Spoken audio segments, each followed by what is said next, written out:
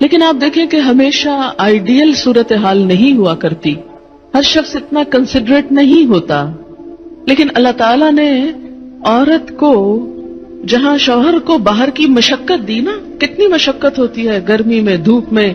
مثلاً ہر شخص کا ایئر کنڈیشن آفس تو نہیں ہے کہ وہ وہاں بیٹھ کے کام کر رہے ہیں. بہت سے مرد سڑکوں پہ سڑکیں بنا رہے ہیں دھوپ میں کھڑے ہو کر، کچھ کھیتوں میں کام کر رہے ہیں، کٹائیاں کر رہے ہیں فصلوں کی، کوئی اور مکان بنا رہے ہیں، دھوپ میں کام کر رہے ہیں. تو مرد اگر سارے دن کی باہر مشقت کرتا ہے تو وہ بھی ایک پینفل کام ہے، اور اس نے محنت کی اور بیوی کے لیے سارا آرام فراہم کیا، کھانا پینا باقی ضروریات. اب اگر بیوی کو اس کا مطالبہ پورا کرنے میں تھوڑی تکلیف ہو رہی ہے تو کیا ہوا کہ موڈ نہیں ہے، دل نہیں مان رہا تو کیا ہوا، نہ صحیح. لیکن اس کے باوجود جو عورت یہ سمجھتی ہے کہ میں اپنے موڈ کے خلاف جا کر بھی اگر اپنے شوہر کو راضی کرتی ہوں تو یہ میرے رب کی رضا حاصل کرنے کا ایک ذریعہ ہے، تو آپ دیکھیں کہ یہ وہ چیز ہے جس کا صلہ آپ کو اللہ دنیا میں دے دے گا، کیونکہ آپ یہاں صرف شوہر کی نہیں اللہ کی بھی اطاعت کر رہی ہیں. کیونکہ ایک مسلمان عورت کو اس کے رب نے یہ حکم دیا ہے. اور اس میں وہ حدیث آپ نے سن رکھی ہوگی، اور عورتوں کو سنانے میں بڑی مشکل پیش آتی ہے مجھے ہمیشہ، اور عورتیں ایک دم اوفینڈ ہونے لگتی ہیں. لیکن بات یہ ہے کہ چونکہ اللہ کے رسول صلی اللہ علیہ وسلم نے فرمایا ہے اور ہم ان کا نام سن سن کے روتے ہیں محبت میں اور نعتیں سن سن کے جھومتے ہیں، تو یہ حکم بھی آپ کا مان لینا چاہیے اور اس حدیث کو بھی سن لینا چاہیے اتنی ہی خوشی سے جتنی خوشی سے ایک نعت سنتے ہیں.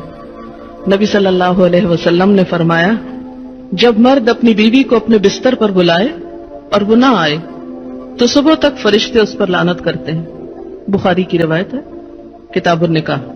ٹھیک ہے، اس میں کہ اگر بیوی بیمار ہے یا اسے کوئی ایسی تکلیف ہے یا کوئی جینوئن ریزن ہے تو اس میں اللہ تعالیٰ اتنے بے رحم نہیں ہے کہ وہ دیکھ رہے ہیں کہ ایک عورت بخار میں پڑی ہے اور اس کا شوہر اس سے مطالبہ کر رہا ہے اور عورت نے نہیں مانا تو اس پہ لعنت بھجوانی شروع کر دی جائے. نہیں، یہاں ایک نارمل حالات کی بات ہے کہ ایک عام حالات میں ایک عورت اگر اطاعت نہیں کرتی یا بات نہیں مانتی.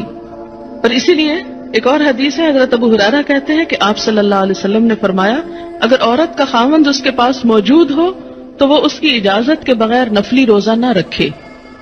تو گویا شوہر کی اطاعت نمبر 1 عام روزمرہ زندگی کے کاموں میں کوآپریشن، اطاعت بمانا کوآپریشن ہے.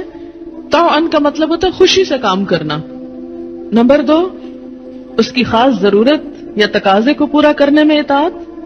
ہاں، کہاں اطاعت نہیں؟